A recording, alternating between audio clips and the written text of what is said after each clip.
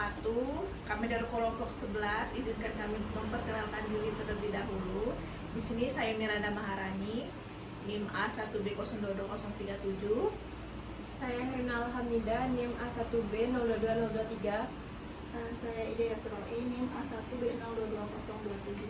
Di sini kami akan menjelaskan tentang Vmix PLS.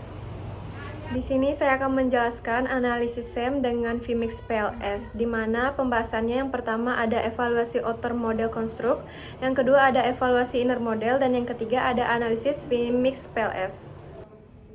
Jadi, gambaran umum dari analisis SEM dengan Vmix PLS adalah metode yang digunakan untuk mengungkap adanya heterogenitas tersembunyi dalam data structural equation modeling berbasis PLS SEM. Pendekatan ini cocok digunakan saat diasumsikan bahwa populasi dalam studi tidak homogen, tetapi terdiri dalam beberapa segmen atau subkelompok dengan karakteristik hubungan antar konstruk yang berbeda. Selanjutnya, evaluasi outer model konstruk. Outer model adalah bagian yang menghubungkan indikator dengan konstruk laten. Tujuan dari evaluasi ini adalah untuk memastikan bahwa konstruk tersebut benar-benar diukur secara valid dan reliable. Aspek yang dinilai yang pertama ada convergent validity, memastikan bahwa semua indikator dalam satu konstruk benar-benar menggambarkan konstruk tersebut. Ini dilihat dari nilai average variance extracted yang sebaiknya lebih dari sama dengan 0,5. Yang kedua ada discriminant validity, memastikan bahwa satu konstruk berbeda dengan konstruk lainnya.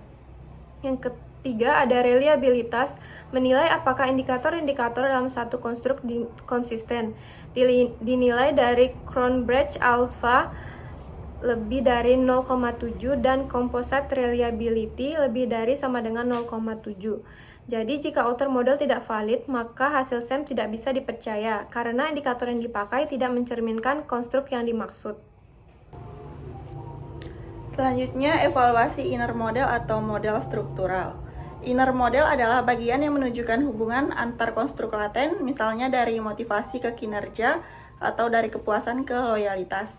Aspek yang dievaluasi ini ada PET koefisien, yaitu mengukur kekuatan yang dipengaruhi dari satu konstruk ke konstruk lain, yang harus signifikan secara statistik atau biasanya diuji dengan bootstrapping.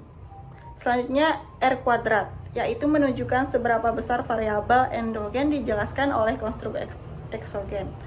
Yang ketiga, multicollinearity, yaitu memastikan tidak ada tumpang tindih antara konstruk eksogen atau nilai variance infection factor sebanyak lebih dari 5. Evaluasi inner model ini penting untuk memastikan bahwa hubungan antara variabel benar-benar terjadi dan bukan hasil kebetulan atau yang biasa.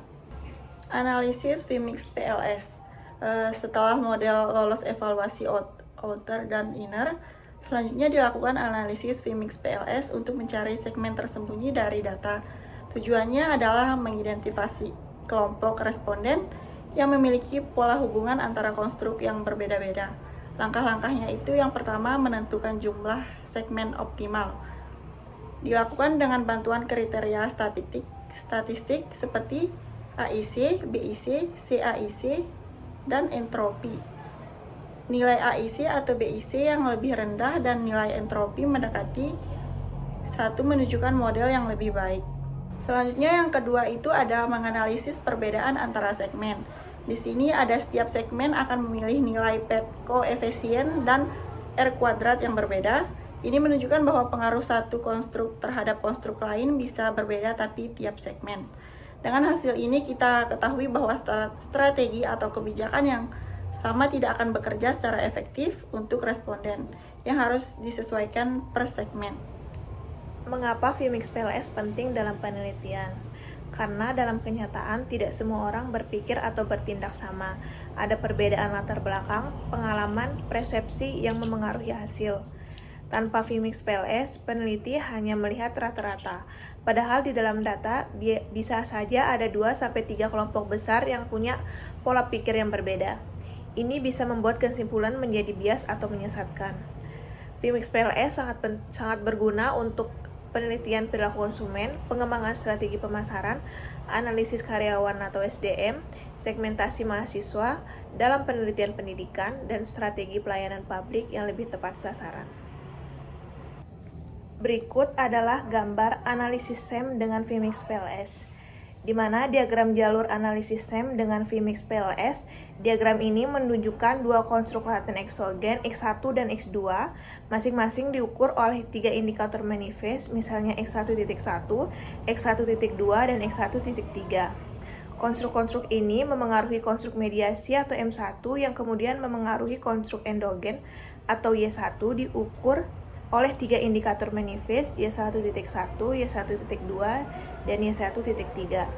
Di bagian bawah gambar terdapat penjelasan tentang Vmix PLS yang menyatakan bahwa teknik ini mengelompokkan data ke dalam beberapa segmen tersembunyi dengan contoh segmen 1 di mana X1 dan M memengaruhi Y secara dominan, dan segmen 2 di mana X2 dan M memengaruhi Y secara dominan.